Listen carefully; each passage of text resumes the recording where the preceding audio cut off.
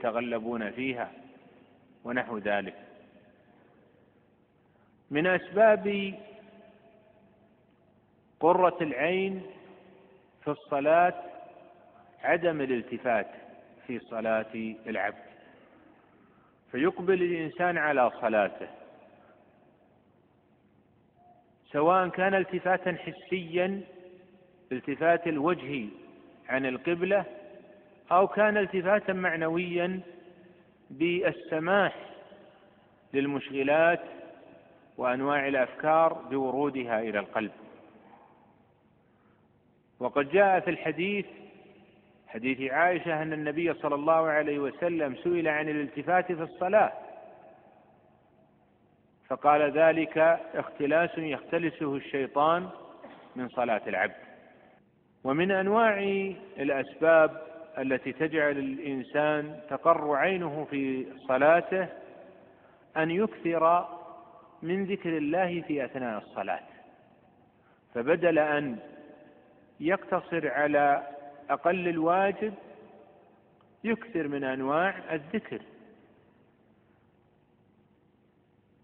فبدل أن يسبح مرة واحدة يكثر حتى يصل إلى 10، وبدل أن يقتصر على أقل مقدارا من الدعاء أثناء الجلوس بين السجدتين يكثر من أنواع الدعاء في هذا الموطن، ويدعو بما يحتاج إليه. وقد وقع خلاف بين أهل العلم في ما يدعو به العبد في أثناء صلاته، فقال طائفة لا يدعو في أثناء الصلاة إلا بما ورد في القرآن، فلا يأتي بأدعية لم ترد في القرآن أو في السنة. قالوا لأن الصلاة عبادة والأصل في العبادات التوقيف، وهذا القول قال به طائفة من فقهاء الحنفية.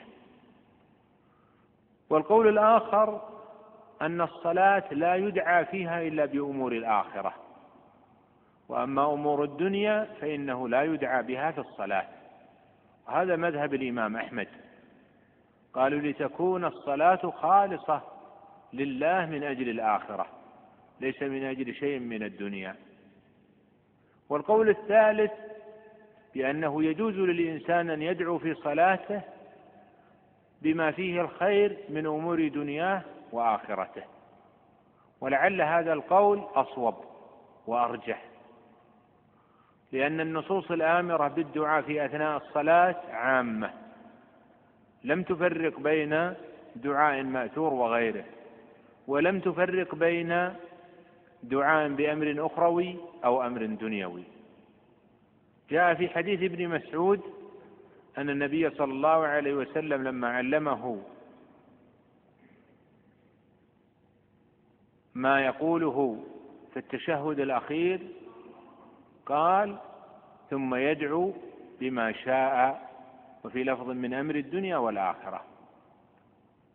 فقوله بما شاء هذا دليل على أنه يجوز له أن يدعو بأي دعاء ما لم يكن فيه اعتداء، كان يدعو بأمور يعلم أنها لن تحصل، أو يدعو